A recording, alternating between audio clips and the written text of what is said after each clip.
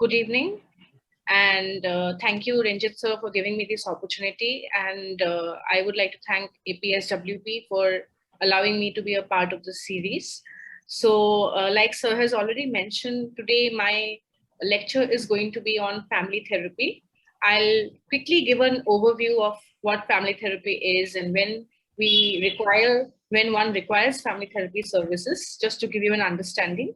And then we'll briefly cover the theoretical approaches as well as the ethics that are part of family therapy. So majorly there are 5 approaches. Other than that, we also have other approaches, but since we have a time limit of 1 hour, I'll not go into the details. Maybe we'll have more classes in future. I'll try and give you a rough idea of all the approaches which we have as part of family therapy.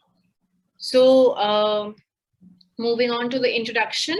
So what is family therapy? What do we understand by the term family therapy? So as we all know, family is a unit of interdependent individuals who are dependent on each other, not just emotionally, financially, but in many other ways. So coming to what family therapy means, it is a branch of psychotherapy which is meant to help initiate change and nurture development in intimate relationships between family members and couples. The job of the family therapist is to facilitate conversations which act as catalysts to strengthen and improve existing connections between family members and loved ones. So we have many definitions. However, I found this particular one relevant. So Dr. Michael Herkov explains that family therapy views individuals' problems in the context of the larger unit, the family, which is to say that the individual cannot be seen in isolation. In social work, we always use the person and environment approach, or the biopsychosocial approach, or Bronfenbrenner's theory. So in a similar way, here we are trying and saying that the family plays a very important part in how the individual develops, and the individual has to be seen as part of the larger unit, which is the family. So the assumption of this type of therapy is that problems cannot be successfully addressed or solved without understanding the dynamics of the whole family. Moving on, when is family therapy required? So the usual reasons for referral are mentioned below. However, it may be possible that sometimes the reasons identified initially may just be a pointer to many other underlying problems within the family that may get discovered eventually during later assessments. So one is when there are substance or other types of addictions in the family, how the family responds to it, or why the substance abuse may have started, may have some connection with how the family environment is, or some dysfunctional relationships that may have been continuing to lead to this addiction related problem. Then there is sudden or traumatic loss of a loved one. Any kind of major loss in the family can also lead to changes within the entire family as a system. Then thirdly, divorce, marital conflicts or separation. Fourth is prolonged illness of a family member. Next is relocation or job change, birth of a child, adoption, child behavioral issues, teenage or adolescent behavioral issues, family conflict, child-parent conflict, that is problems in the parental subsystem, the sibling rivalry, child separation anxiety, communication issues, in-law interference. These are just few of the issues. It's not covering all of it. There might be many more to add to, but just to give you a gist of the kind of usual problems that we get, these are some of the pointers. Okay, now moving on quickly to the advantages of family therapy. So one advantage is that we identify the sources of conflict and anxiety among family members. Then we try and re-establish communication between family members. In some families, we find that communication is not adequate, or they're communicating less. They may not be sharing everything with each other. So re-establishing communication is a way of intervening and leading to more healthier patterns of communication. Then next is allowing better expression of difficult emotions. So sometimes we are not aware of how to express our emotions in a healthy way with our family. So family therapy allows for the space to learn to express our emotions in a healthier manner, then giving family members an understanding of each other's perspectives through their own experiences. So when we have a family together and all of the family members give their perspective, all the others, listen to those narratives and try to be empathetic towards each other. They try to put each other, they try to be in the other person's shoes and understand where each of them are coming from. Then the next is understanding and respecting the points of view and opinions of other family members. Allowing family members to value each other's wants and needs, helping navigate the stress of difficult circumstances in a less volatile manner, and instilling a deeper sense of empathy towards one another. Coming to the goals of family therapy. So usually goals of family therapy include improving the communication, solving family problems, or teaching them better problem solving skills as a family, understanding and handling special family situations, like if there is a sudden crisis situation or temporary situation that has led the family um, uh, to a problematic homeostasis, we try to move away from that and creating a better functioning of the home environment. In addition, it also involves exploring the interactional dynamics of the family and its relationship to psychopathology. So if there is any kind of psychopathology in any of the family members, we see how the family might be playing a role in maintaining it, or how it could be a precipitating factor. Then mobilizing the family's internal strengths and functional resources. So if we use a strengths-based perspective, or if we use a solution-focused lens, we try and shift the focus away from the problem sometimes and focus on the strengths instead. Then there is restructuring the maladaptive interactional families cycles. So typically what is done in CBT in an individual level, in family we see family cycles, and there is an important concept which I'll be coming to called circularity. So circularity is one of the core principles of family therapy, which help us restructure the maladaptive interactional family styles. Then next is strengthening the family's problem solving behavior, as I've already mentioned. Then indications for family therapy. Okay, so when we see that the majority of complaints and issues being reported are interpersonal in nature. So sometimes when you're seeing patients in the OPD or in IPD, or you may see that their complaints are more of more related to interpersonal conflicts or problems in relationships, communication. So that can be an indication for family therapy. Second, if you see that there's a lot of conflict between family members and society. So as a family, they don't get along with the rest of the society, the larger society and the neighborhood. Then if there's any kind of acute family crisis, like suddenly there is some financial issue which has cropped up, or there are multiple illnesses in the family, or maybe a single person falling sick in the family. So things like that. Now, because we're dealing with COVID, so COVID can also, how does it impact the whole family? How does it impact their interaction patterns, relationships? Can that be an indication for family therapy is also something that we might want to look at. Then externalizing disorders and child and adolescent behavior issues. So when we work with children, usually we have techniques such as parent management training. But we also use family therapy a lot of times. And one of the approaches is functional family therapy, which is often used. So what we do is we try and use this particular branch of family therapy. I'm sorry, was somebody saying something? Okay, I'll continue. So yeah, externalizing disorders and child and adolescent behavioral issues are also a very important part. So when we say family therapy, it doesn't just mean couple therapy or marital therapy. It also means dealing with issues of children and adolescents, parenting related issues, behavioral issues of children. Then there is, of course, marital discord. So we have many couples coming with extramarital involvements, or who are on the verge of separation or divorce. So these kind of things also need to be kept in mind. Then parenting related issues, which is again connected to child behavioral issues sometimes, and communication related issues and unstructured or poorly structured roles and leadership patterns. What are the contraindications for family therapy? So this is very important and we need to remember this. The first is if any of the family members have suicidal ideation, or it can be present in one or more family members, then we don't recommend doing family therapy. We should immediately say that now is not a suitable time for family therapy. Then if there is severe psychiatric illness in any of the family members, that is also a contraindication. Then therapist converting from individual to family therapy.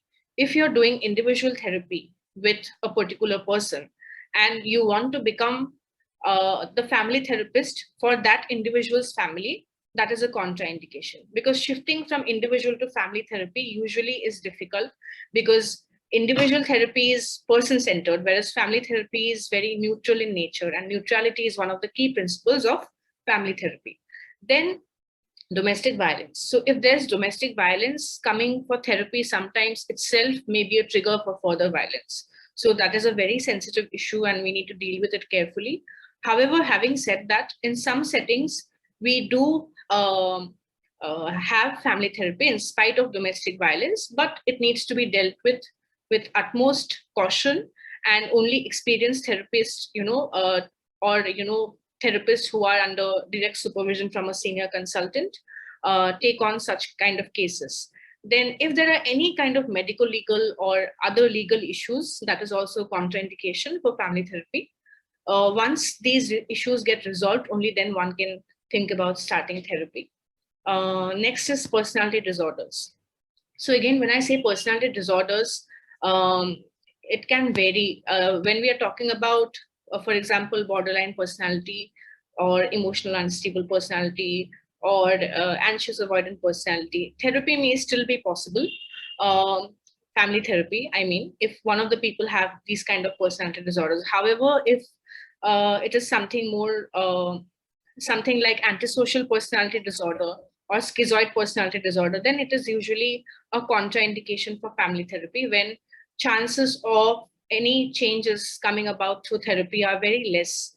So as a therapist, sometimes you may feel frustrated that why am I not able to do anything? So it is important to understand that if they have a personality disorder, any of the family members, or if it's a couple, the husband or the wife having a personality disorder or very opposing personalities, if there's presence of paranoid personality, for example, then it is not possible for us to move ahead with family therapy.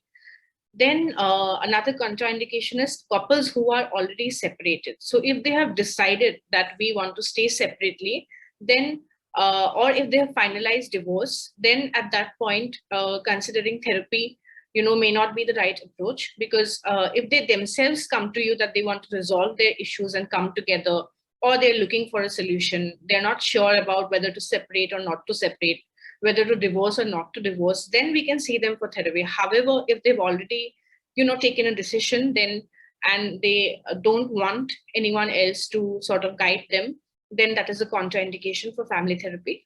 Then if there's any kind of organic brain disease or any progressive disability in any of the family members, any kind of rigidity in terms of cultural, religious, or economic prejudices held by family members is also a contraindication, and unwillingness and resistance towards family therapy. So the most important is the family's willingness. So if you find that even after a few sessions, they are very rigid and they're not willing to change their stance or make any progress in family therapy, then sometimes it may be a better idea to just let them be and terminate therapy. Finally, coming to the crux of the topic, that is approaches in family therapy and overview.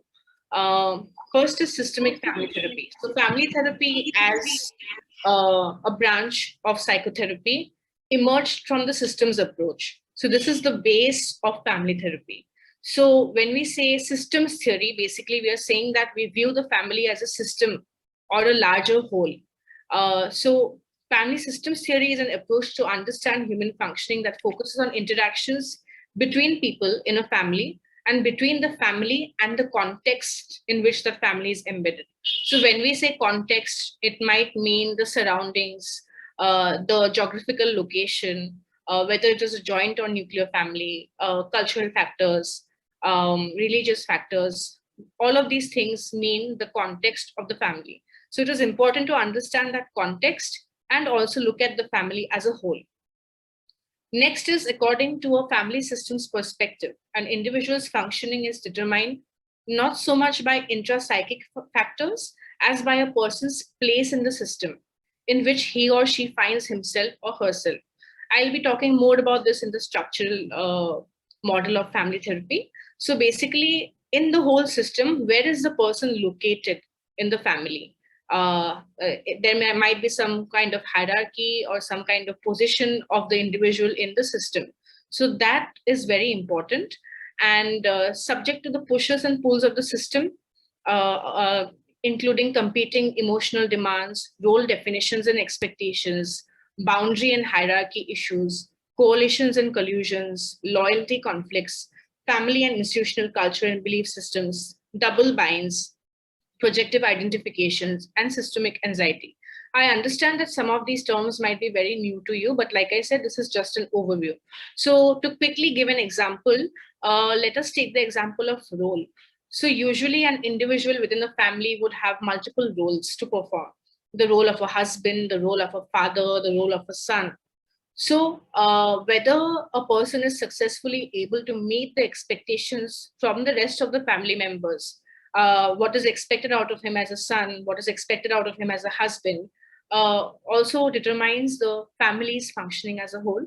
And there's also something called complementarity of roles. So for example, in the family, if the father suddenly falls sick and is not able to carry out his responsibilities, then who takes on the responsibilities? Are the roles clearly assigned, or is there some kind of chaos and confusion? Everyone is, doing the same task, whereas some tasks are not being fulfilled at all. So role allocation, role expectation, all these things are very important. Whether roles are clearly understood, roles are accepted and performed. So all of these things are important. Similarly, when we talk about boundaries, if boundaries are very closed and rigid, the external boundaries of a family, that would mean that the family is disconnected from the rest of the society. If the boundaries are enmeshed, it would mean that if the internal boundaries, for example, are enmeshed, that would mean that there is very less of an individuality in the family. They are very over involved with each other. There's too much interference and very little individuality in the family, none of which is healthy. So these are some examples that I've just quickly picked up for you to understand better. But family assessment in itself is a very big process. Maybe for that, we would require another class. Then family systems theory assumes circular as opposed to linear causal explanations. So linear causality is based on the traditional stimulus response behavioral view, that one event A causes some response B. That is very simplistic. So we say A has caused B. However, circularity says that A causes B and B causes A, so that we lose track of which started first. A very common example that we give here is the example of the alcoholic husband and the nagging wife. So in this case, the husband who has a problem of alcohol dependence says that I drink because my wife nags me. Whereas the wife says that I nag him because he drinks. So both are blaming each other. So in this fashion, it becomes circular and just not linear. That is, you would usually see that in a family, there's a lot of blaming. They would point fingers towards the other family members. So what we need to promote here is a circular perspective, saying that each and every family member is equally responsible because all the interaction patterns are circular in nature. Change needs to happen simultaneously. All the family members need to probably modify some of their behaviors to be able to move away from the problem or solve the problem. Circular causality assumes that any behavior in an interaction is simultaneously influenced by and influential on other behaviors in the interaction. In other words, it is bidirectional and not unidirectional like linear causality. I'll just pause at this point. If anybody has any questions up to this point, you can ask me.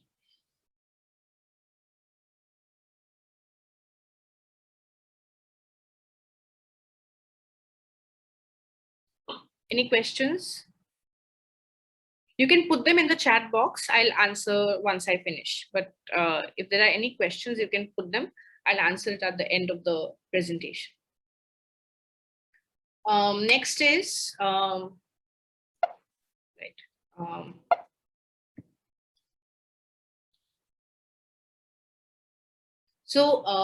Bowen believed that the personalities, emotions, and behaviors of grown individuals are a result of their birth order.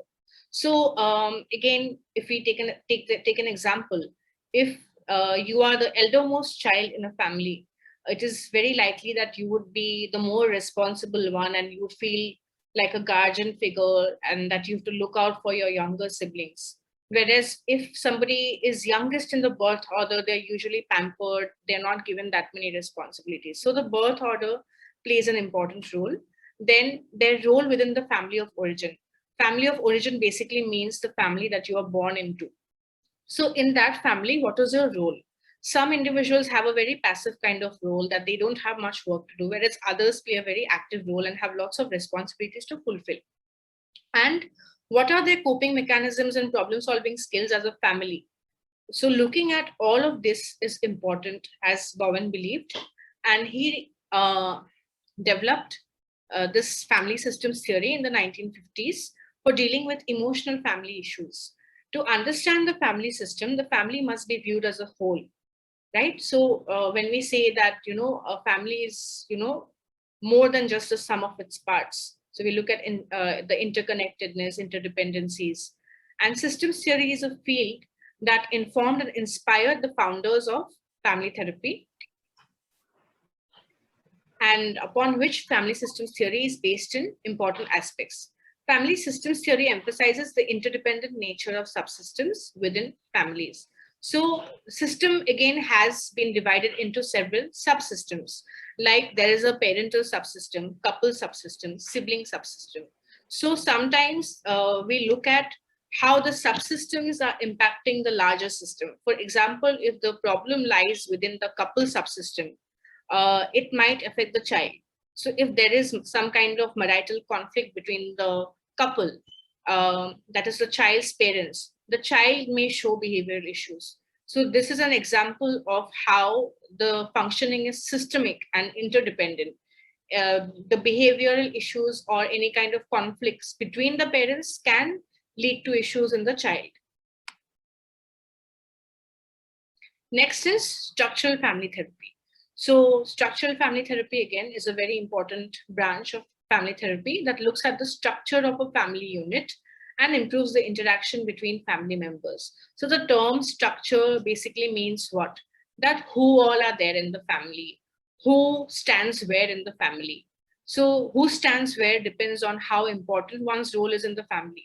So whoever is the leader would generally be at the top, and whoever, like the parents or the head of the family may be at the top when you try and represent this diagrammatically. This approach to therapy was originally developed by Salvador Minuchin and has become one of the dominant forms of family intervention. Structural family therapy relies on a technique known as structural mapping to uncover and understand patterns of behavior and family interactions. During this process, the therapist creates a visual representation that identifies the family's problems and how those issues are maintained through family dynamics. So in structural family therapy, our whole conceptualization can be a diagrammatic representation through which we are showing the nature of relationships and where which member stands in the family. So there are terms such as coalitions, when two people or have joined hands together against another family member. Then there's triangulation. Similarly, if there's over-involvement, you have symbolic representations by using 3 lines. So if between 2 members there's over-involvement, we use 3 lines in the structural map to show that there is over-involvement. If there's conflict between 2 people, we draw a zigzag line. In that fashion, there are many symbolic representations that are used and through which we draw a structural map and try to understand the problem with the help of the structural map, right? So during this process, the therapist himself or herself becomes familiar with what the problem is. The problem lies in which specific relationships or which part of the structure of the family needs to undergo change. So by addressing how members of the family relate to one another, the goal is to improve communication and relationships to create positive changes for both family, individual and family members and the family unit as a whole. So some of the techniques which we use in structural family therapy, in addition to structural mapping, is joining. In joining, basically, we are saying how the therapist has to build a good rapport with the family member, and you're joining the family in the sense that you're aligning with the family to develop a shared interest in solving their problems, and you're extending an empathetic approach towards the family's problems. The second technique is boundary making. So the therapist will help the family in identifying, exploring, and adopting clear boundaries and hierarchies within the family. So like I previously spoke about boundaries, there are three kinds of boundaries. One is open and clear boundaries, which are healthy boundaries. Now, when we talk about boundaries, it can either be internal boundaries, that is between the family members, how the family members interact with each other, and it can be external boundaries, that is the boundaries between the family and the rest of the society, right? So open and clear is a healthy kind of boundary where there is some degree of individualization, that is the members of the family also have an individual identity outside of the family, but there is also a we feeling or sense of togetherness in the family that keeps the family or brings the family together, right? Then we have enmeshed or diffuse boundaries. What happens in enmeshed and diffuse boundaries? Internally, if we see that a family is enmeshed or diffuse, that would mean that there is no sense of personal space or individuality. There's a lot of over involvement. And as a family, they are overly dependent on each other. So when they go away from the family, they might find it difficult to individualize or separate from the family. The other end of the spectrum is closed and rigid boundaries. So closed and rigid boundaries means that there is very little interaction and very little sense of we feeling and togetherness. So everybody is too individualized, and they do their own work, they stay separately, don't talk much other than in emergency situations. So only emergency feelings are conveyed, no welfare feelings are conveyed. These kind of interaction patterns exist when boundaries are closed and rigid. So this is mostly internal boundaries that I'm talking about. If you have rigid and closed external boundaries, it would mean that the family keeps things, within the family. Outside people don't know what is happening in the family. They barely interact with their neighbors and the rest of the society. And if they have an enmeshed external boundary, it would mean that they are not able to make decisions themselves. They depend too much on, say, their neighbors or extended relatives in terms of decision making. In terms of communication, there may not be that much interaction within the family, but more interaction of the family members with outside people. So these are some of the examples when we talk about boundary. If you have any doubts, please feel free to ask me at the end. And next is role play. So what happens in role play is when you are doing your assessment in family therapy and you get to know some of the problems. For example, in a session, the family comes and tells you that yesterday, this kind of a situation happened where my father got very angry at my mother. The child tells you. So then you ask the couple to play that out. You ask them to exactly play it out how it happened. This would help them also gain some insight about the problematic behaviors. And under the therapist's guidance, they can also restructure the conversation in a healthier manner, in a way that reduces the conflict. So we try to act out the scenarios under the therapist's guidance. The families do that to look at certain patterns of behavior so that they identify where the dysfunction lies, and they practice using alternative ways of responding. Then the next is reframing. In reframing, what happens is the therapist helps the family members think about situations in different ways or see things from a different perspective. So this can help people see experiences more positively. So sometimes in individual CBT also, we see that there are a lot of assumptions that are held. The same can be said for family therapy.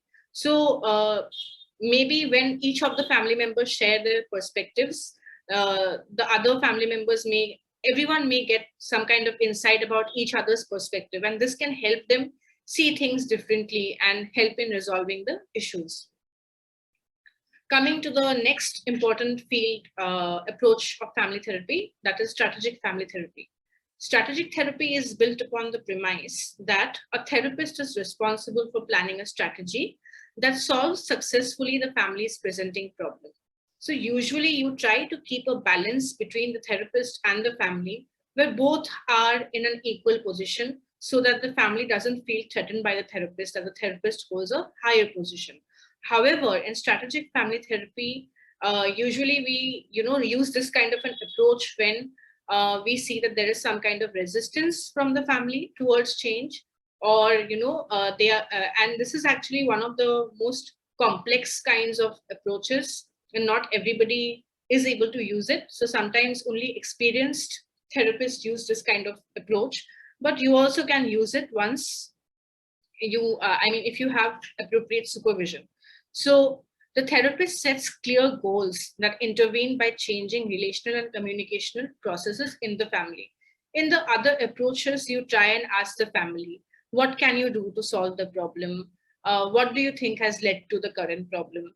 However, in this kind of an approach, you also have a directive stance sometimes. That is, you give them certain tasks to do as a family, that you can have family rituals, spend time together as a family.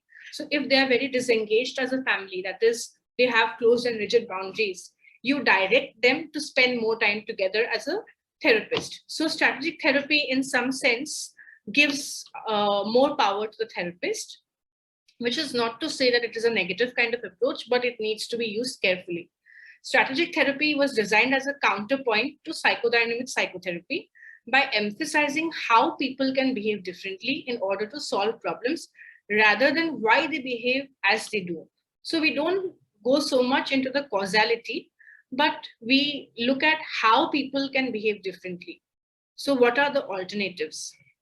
The focus of strategic therapy is upon problem solving, and it is mostly present focus. Problems are viewed as persistent efforts by one or more family members to apply a solution that makes sense but is inadequate for the problem at hand, such that the solution becomes the problem.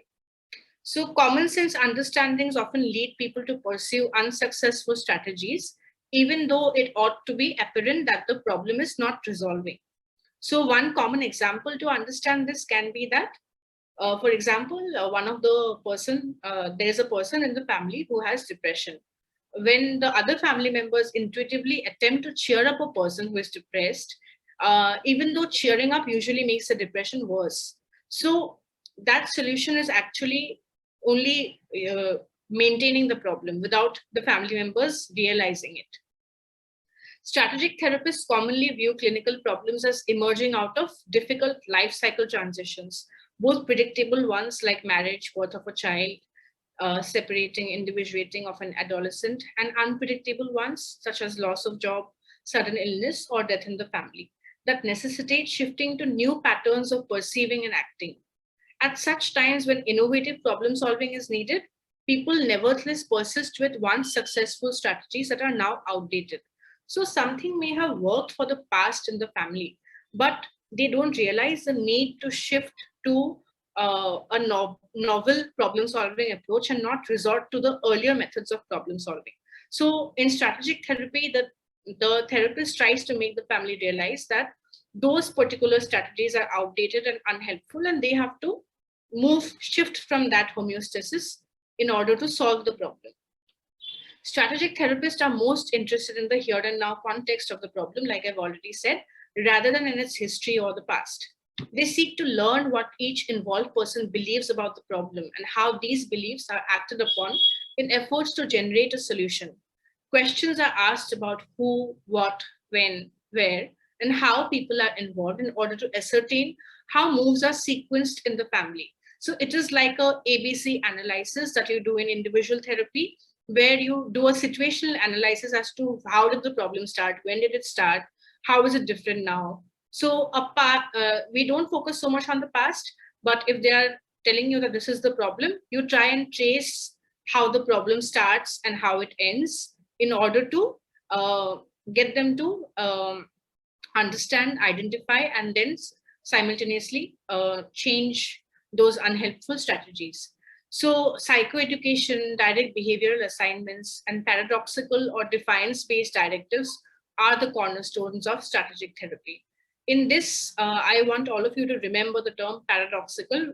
This is usually associated with strategic therapy. In-session interventions and out-of-session homework are also used as interventions. So emphasizing more on the paradoxical part of it. So what does paradoxical intervention include? One is reframing or relabeling the symptom. By changing the context of actions constituting the symptom, the meaning of the event is reframed. For example, a husband's emotional distancing could be reframed as his way of getting his wife to notice him. So you have to paraphrase certain things that the family says in a different way to make them see it differently. Then another paradoxical directive would be prescribing the symptom or behavioral sequence. So by using a rationale that is plausible in its logic, a therapist can encourage family members to engage in the very behavior that needs to be eliminated. For example, a wife whose husband is emotionally distancing might be told to continue to pursue her husband because this lets him know that he is the center of her life and that there is nothing else about her life that she finds valuable or interesting. So you are asking them to exactly do what they are doing. You're not asking them to do anything new. You're telling them you don't need to change anything. But this is supposed to nudge them in the direction of change. She might be instructed to continue in her behavior for his sake, even though it may give her friends a distorted idea about her. When the reframe fits, yet the new meaning feels distasteful, the rebound against the directive can paradoxically propel therapeutic change. So another example which I can give you is if there is self-harm behavior in an adolescent. So sometimes the therapist might say, or maybe the child has a problem of burning things. So you tell the child that you continue to burn things, but under supervision of your parents. So that might seem like a weird suggestion coming from a therapist where you're not telling them don't do it directly, but you're telling them something paradoxical. But that paradox is supposed to propel them towards change. So that is the cornerstone of strategic family therapy. Then restraining the system. The therapist can attempt to discourage or even deny the possibility of change. For example, a therapist may tell couple partners to go slow or may emphasize dangers of improvement. So if there is some minor improvement, the therapist, instead of acknowledging the improvement, might say that there's no rush, you can go slow, don't worry about getting better or getting along better, give it time. So that is again a contradictory or paradoxical message, with the hope that the couple tries to move in the opposite direction. That is, if the therapist is saying go slow, they instead try to hasten the process of change. So family members may then react against the therapist's conservative outlook by pressing forward to change, like I said. So the next is positioning. The therapist attempts to shift a problematic position, usually an assertion that the patient is making about self, the problem, or a partner, by accepting but exaggerating that position. This intervention is used when the partner's position is thought to be maintained by its complementary reciprocal response from the other partner. For example, again, when one partner takes an optimistic stance and the other has a pessimistic one, a therapist may suggest the pessimistic spouse to worry even more so that the optimistic spouse can feel more secure and even more happily optimistic. Here too, if a new explanation has a plausible logic but frames the behavior in a manner that renders it aversive, the behavior will change. So the ultimate goal is to make them do the opposite. Whatever interventions you are using, you are not directly telling them that do this or do that. Instead, you're telling them the opposite, hoping that this will propel them towards the direction of change. So like I said, it is a very tricky kind of approach, and hence might need a lot of practice and supervision before you can decide to use it. Then we move on to transgenerational family therapy. Transgenerational family therapy invites family therapists to examine the interactions of families across generations as a mechanism for understanding and explaining current problems within the family, as well as predicting future difficulties. So understanding how the family has responded to crisis in the past can provide insight into the struggles currently being experienced by the family. Likewise, future dysfunction can be anticipated by understanding generational reactions to stressful situations. So one example here could be that when you look at it in terms of parenting. So if somebody has had very strict parents, it can affect them in two ways. That during their childhood, they have felt very traumatized because their parents were too harsh or too strict. So they decide to behave just the opposite of it. And they feel that, let me be lenient and not scold my child at all. But that also becomes unhealthy. If they become too permissive in nature, they never scold the child, that can become unhealthy. The second way of responding can be that, they imitate their parents thinking that this is the correct way of parenting. And they also adopt an authoritarian manner of parenting where they are too strict, where the child is given no freedom or no right to exercise their own initiative or, make their own decisions, which again might make them feel incompetent or lead to low self-esteem, right? So these are transgenerational patterns where you have observed your parents behave with you in a certain way, and that in turn impacts how you become as a parent. Similarly, as a sibling, if you felt that your siblings have been favored more, and because you are a girl child, the male children have been favored more. So there might be some kind of bias that you develop. So you feel that I was always discriminated because I was a girl. So you decide that, when I have children, I'll favor the girl child more than the boy child. Or it can be the other way around, that since boys were favored in your family, you also favor the boy child in your family, right? So these kind of patterns might, be seen in families, that can explain how the problem has been persisting across generations and how it can lead to problems in the future and how it is contributing to the problem at present. So this transgenerational therapy involves careful understanding of the past, present, as well as future, right? Transgenerational therapies are more interested in how the past affects the present. These therapies are not interested in learning about individual pathology. Rather, they're interested in how families across generations develop patterns of behaving and responding to stress in ways that prevent healthy development in their members and lead to predictable problems. Then coming to the very important part, which is ethics and family therapy. So in ethics, one important aspect is that we have to be responsible towards our clients. So this code of ethics has been taken from the American Association for Marriage and Family Therapy. So when we say responsibility to clients, there are certain things to remember, that there is non-discrimination. So you're seeing the whole family, which means you have to remain neutral. You sometimes without realizing it, because of our own cultural background or values systems, we might take sides. For example, if you're seeing a very sensitive case where there is extramarital involvement, we might unknowingly side with the person who has been cheated on. But we need to remain neutral and maintain non-discrimination during therapy. Then informed consent is very important. So before you start therapy, you have to take their consent, that are you okay with family therapy? Would you be okay attending family therapy sessions? And you have to explain to them exactly what will happen in family therapy or why it may be needed. So all those things which I covered in the beginning, you might need to tell your clients who may not be familiar with what is family therapy or why it is needed. Then,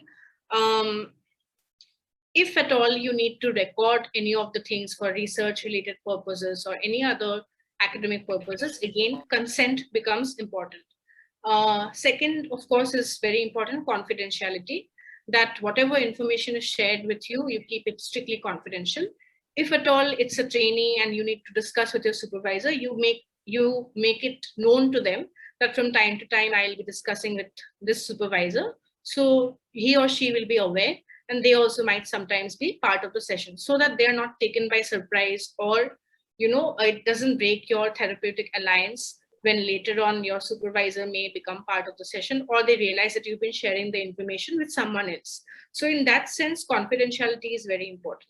And if you need to sometimes share information with the treating team, for example, then also consent is important. Then professional competence and integrity. So maintaining your professional competence and integrity is very important, especially in today's times, because during COVID, a lot of people without proper training are, providing these kind of services, which may be sometimes harmful or may actually aggravate the problem. So it is important for you also to tell them that you are a trained person. Sometimes educated people will ask you themselves, others may not know, but it is your duty as a professional to tell them that, you are a licensed professional, or you have completed your appropriate training, and then you're providing the services. Then responsibility to students and supervisors. So if you are a supervisor supervising students, you have to be responsible and you're accountable for each of the cases being seen by the students and supervisors. So you need to constantly be in touch with the cases that are being seen, and be in the know of what is happening with each of the families or cases that you're getting. Then responsibility to research participants. I think most of us are familiar with research ethics. So if there's any kind of research pertaining to family therapy, you need to follow the research ethics also. Then responsibility to the profession. So as we know, we have certain social work principles which we need to keep in mind. Those principles are also applicable in family therapy. Then sometimes some patients may be very poor to even afford therapy. So if you can make some kind of financial arrangements for them to seek therapy, if we can help them out in any way so that they can benefit from therapy and they can actually come to therapy, because financial arrangements should not be a constraining factor for them to receive therapy. So if that can be done. Similarly, if any kind of advertising is done, that needs to be done in a very sensitive fashion. Like if you want to spread awareness about the importance of family therapy, it needs to be done in a manner that is very sensitive, and the use of language, certain things need to be kept in mind on how we are putting this information out to the public domain, right? There are several other approaches such as narrative family therapy, as well as functional family therapy, which I haven't covered here because we don't have that much time in hand. But I'm sure we can have another class sometime in the future, depending on the feedback from all of you. So with that, I come to the end of my presentation.